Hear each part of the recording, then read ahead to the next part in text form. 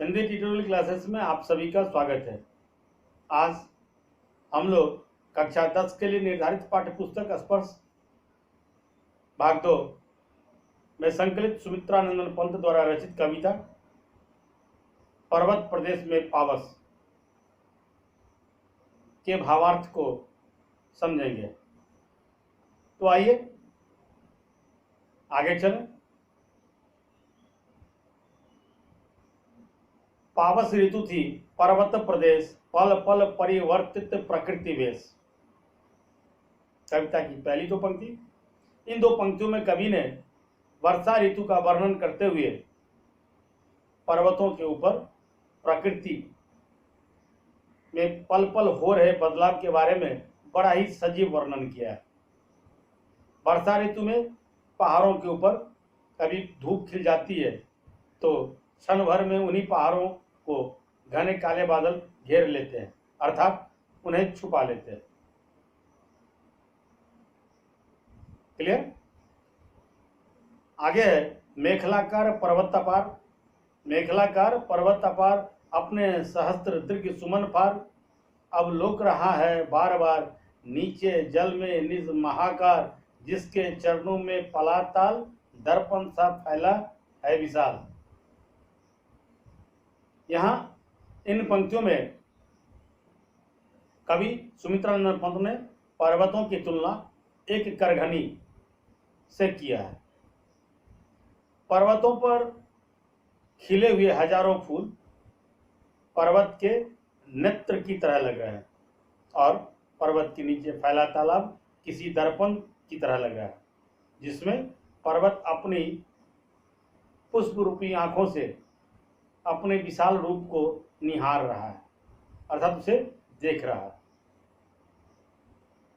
गिरी का गौरव गाकर झरझर, गिरी का गौरव गाकर झरझर। मद में नस नस उद्वेलित कर मोती की लड़ियों सी सुंदर। झड़ते हैं झाग भरे निर्झर। इन पंक्तियों में कवि ने किसी पर्वत से गिरते झरने की सुंदरता का बखान किया है। झरना में उठने वाले झाग मोतियों की लड़ी की तरह लग रहा है। उसके गिरने से पैदा होती कलकल की गूंज मानो पर्वत का गुणगान कर रहा हो। गिरते हुए झरने की ध्वनि को सुनकर लेखक की नस नस में ऊर्जा का संचार होने लगता है। आगे है गिरिवर के उर से उठकर उच्चाकांक्षाओं से तरवर है। झांक रहे नीरव नभ पर अनिमेष अटल कुछ चिंता पर। तो यहाँ इन पंक्तियों में ऊंचे पर्वत के ऊपर उगे हुए वृक्षों का वर्णन किया जा रहा है, जिन्हें देखकर कवि को लगता है कि यह पेड़ पर्वत के हृदय से उगे हुए हैं और सदैव ऊपर उठने की कामना से एक टक ऊपर आकाश की ओर ही देख रहे हैं। आकाश की ओर ही देख रहे हैं। उनकी ऊपर उठने की इच्छा कुछ ऐसी प्रतीत हो रही है कि वे अपने लक्ष्य को पाकर ही रहेंगे। उन्हें ऊपर उठने से कोई रोक नहीं सकता। तो कवि को ऐसा भी प्रतीत हो रहा है मानो पर्वतों पर के ये पेड़ किसी गहरी चिंता में भी डूबे हों, ऐसा कवि को लगता है। आगे है उड़ गया अचानक लोभ उधर। फरका अपार पारद के पर रब शेष रह गए हैं निर्जर। है टूट पड़ा भू पर अंबर। यहाँ अचानक बदलते हुए मौसम में जब आकाश में बादल छा जाते हैं तो पर्वत भी ढक जाता है। यह स्थिति कवि को लगता है जैसे अचानक पर्वत अपने चमकीले पंख फड़फड़ाकर कहीं उड़ गया है। वह अब कहीं नजर नहीं आ रहा है। चारों ओर कुछ दिखाई नहीं दे रहा है, सिर्फ झरनों के गिरने की आवाज सुनाई दे रही है। ऐसा प्रतीत हो रहा है मानो आकाश पृथ्वी पर आ गिरा हो। आगे है धंस गए धरा में सब है साल। उठ रहा धुआं जल गया ताल, यों जलत यान में विचर विचर था इंद्र खेलता इंद्रजाल। यहाँ इन पंक्तियों में कवि कह रहे हैं कि घनघोर बारिश हो रही है।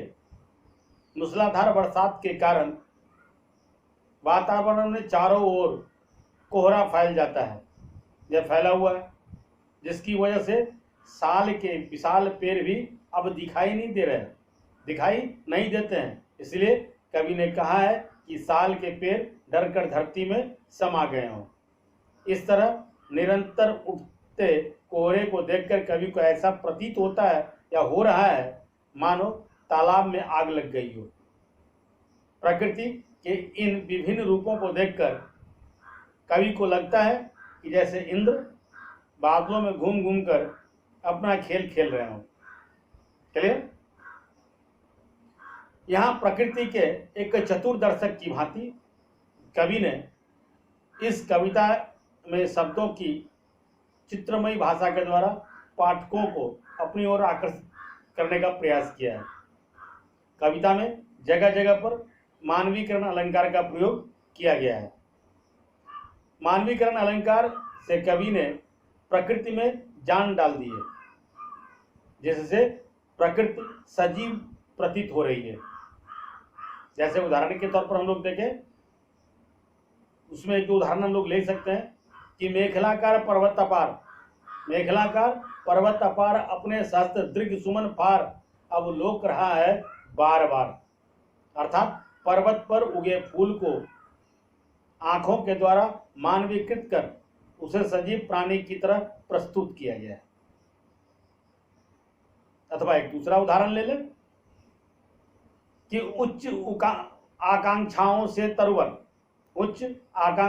से तरवर है झांक रहे नीरव नभ पर। मतलब पहाड़ों के हृदय से उठकर पेड़ ऊंचा उठने की मंशा लिए सतत टकटकी लगाए एक टक शांत आकाश की ओर देख रहे हैं। तो ऐसा प्रतीत हो रहा है कि जैसे वे किसी चिंता में डूबे हों। इन पंक्तियों में पेड़ों के झांकने में मानवीकरण अलंकार प्रयुक्त है, मानो कोई व्यक्ति झांक रहा हो। तो ये थे कक्षा 10 के लिए निर्धारित पाठ्य पुस्तक स्पर्श भाग 2 में संकलित पर्वत प्रदेश में पावस शीर्षक काव्य के भावार्थ, या फिर यूं कह लें कि उसके अर्थ। आशा है यह वीडियो आपको पसंद आया होगा। वीडियो पसंद आया हो तो इसे लाइक करें, अपने मित्रों तक इसे शेयर करें, और अगर अभी तक आपने चैनल को सब्सक्राइब नहीं किया है तो चैनल को सब्सक्राइब करें, बेल आइकन जरूर दबाएं ताकि समय से नए वीडियो का नोटिफिकेशन आप सबको मिलता रहे। आप देखते रहे हिंदी ट्यूटोरियल क्लासेस। धन्यवाद।